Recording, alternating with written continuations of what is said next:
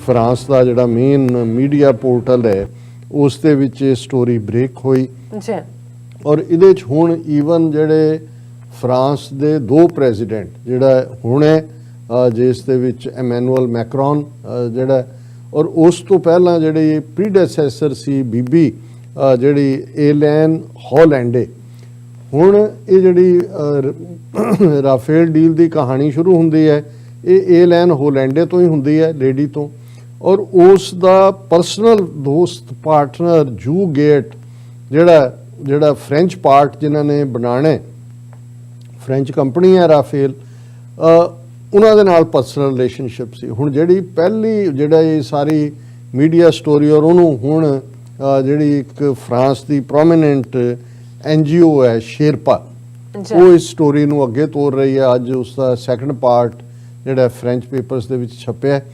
कि किवें इहदी कहानी शुरू तो ये फ्रेंच प्रेजिडेंट एलैने हॉलैंडे तो हुंदी है जिहड़े ये प्रीडेसैसर है हुण वाले दी कि उन्हें इनू ओके किया।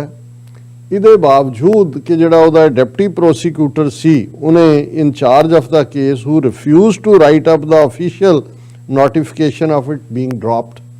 क्योंकि इन्वेस्टिगेशन चल रही सी कि भी ये की है लेकिन सडनली क्योंकि पर्सनल इंटरेस्ट सी इहदा हॉलैंड दी प्रेजिडेंट दा जिहड़ा उहदा पर्सनल दोस्त सी उन्हें कहा जी ये इन्वेस्टिगेशन ड्रॉप करो पर जिहड़ा हुण ये है ईमानदारी दा सिस्टम जिहड़ा डिप्टी प्रोसीक्यूटर है वो रिफ्यूज़ करदा वो कहंदा जी नहीं मैं ये नहीं ड्रॉप करना। फिर उन्हें जिहड़ी है हॉलैंडे ने 2 जिहड़े ने पेरिस पब्लिक प्रोसीक्यूशन सर्विसिज लईआं जीन ब्रोंकिस बॉनर्ड दियां और उहदे उन्होंने कहा कि जी नहीं नहीं ये कोई रॉन्ग इनवॉल्व नहीं है और इस सारे नूं क्लीयर कर दिता गया। पर हुण जिहड़ी रिपोर्ट ये फ्रेंच न्यूज़पेपर ले मैंडे ने पहला 2019 दे विच ड्रॉप रिपोर्ट कीता सी कि Reliance group head Anil Ambanis French registered telecom company was given tax waiver worth 143.7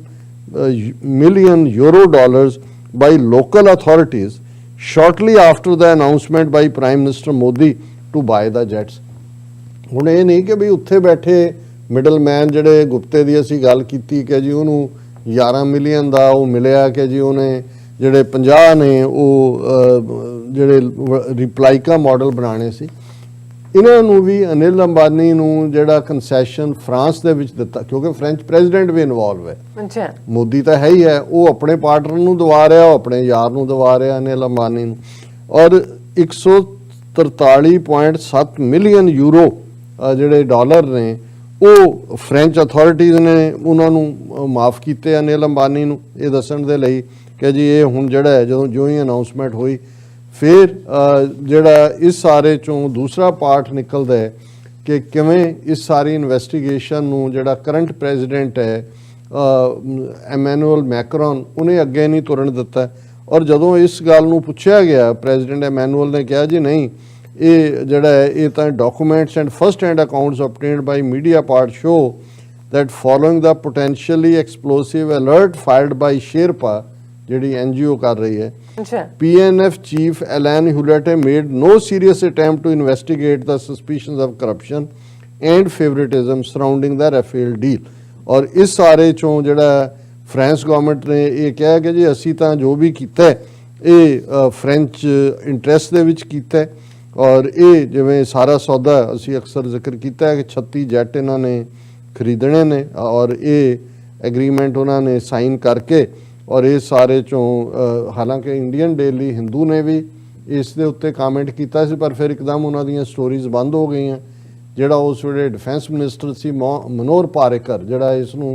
विरोध कर रहा सी भावें वो BJP का सी पर ईमानदार बंदा सी गोवा तो गोवा का चीफ मिनिस्टर भी रहा उहदी फिर मिसटीरियस तरीके नाल डैथ हुई जी कैंसर हो गया फलाना शायद उन्हें अपनियां फाइल्स हिंदू अखबार वालियां नूं दित्तियां कि की डील है। हुण इस सारे तो जदों कि फ्रेंच पेपर्स ने इस स्टोरी नूं कढ़िया हिंदू ने ही ये स्टोरी की है French authorities made no serious attempts to investigate Rafale deal ये हैडलाइन के थल्ले उन्हां दी स्टोरी है और उहदे च इन्हां दा कहना कि भी आने वाले पीरीयड च जदों इहदी तीसरी किश्त भी आएगी जिहड़ा मीडिया पार्ट दे विच छप रहा है फिर होर भी हकीकत सामने आएगी। लेकिन इस सारे चों जिहड़ा फाइनल सवाल है ਕਿ ਕੀ ਅਲਟੀਮੇਟਲੀ ਇਹ ਜਿਹੜੀ ਸ਼ੈਤਾਨ ਦੀ ਆਂਤ ਵਾਂਗ ਜਿਹੜਾ ਹੁਣ ਕਹਾਣੀ ਤੁਰ ਪਈ ਹੈ ਕਿ ਕਿਸ ਲੈਵਲ ਤੇ ਕਰਪਸ਼ਨ ਬ੍ਰਾਈਬ ਹੋਈ, ਕੀ ਮੋਦੀ ਦੇ ਗਲ ਦੇ ਦੁਆਲੇ ਇਹ ਰੱਸਾ ਲਪੇਟਿਆ ਜਾਏਗਾ ਕਿ ਨਹੀਂ, ਇਹ ਦੇਖਣ ਵਾਲੀ ਗੱਲ ਹੋਏਗੀ। ਕਿਉਂਕਿ ਇਹ ਅਪਰ ਲੈਵਲ ਤੇ ਹੈ, ਕੋਈ ਡਿਫੈਂਸ ਮਿਨਿਸਟਰੀ, ਕੋਈ एविएशन डिपार्टमेंट, कोई एयरफोर्स, कोई किसी लैवल ते नैगोशिएशन च इनवॉल्व नहीं होया जिहड़ा कि मनमोहन सिंह सरकार दे वेले तां उस लैवल ते ही चल रहा सी कि दसो तुसीं इहनूं इक्विप करोगे, की दिओगे, और उस सारी डील नूं सुट के मोदी और फ्रेंच प्राइम मिनिस्टर जिहड़े ने Emmanuel Macron 1-to-1 deal final कर लैंदे ने और 30,000 करोड़ दा उहनूं सौदा जिहड़ा फायदा मिलदा है। सो ये देखना होएगा कि जे इंटरनेशनल स्टैंडर्ड नाल जाइए तो मेरा ख्याल है कि भी क्योंकि इस सारी इन्वेस्टिगेशन का मुड फ्रांस दे विच है और ये हकीकत अनरेवल होएगी और ये एक्सपोज होने चाहिए ने, खास तौर पे मोदी और ये अमित शाह और ये सारा जिहड़ा करप्ट लाट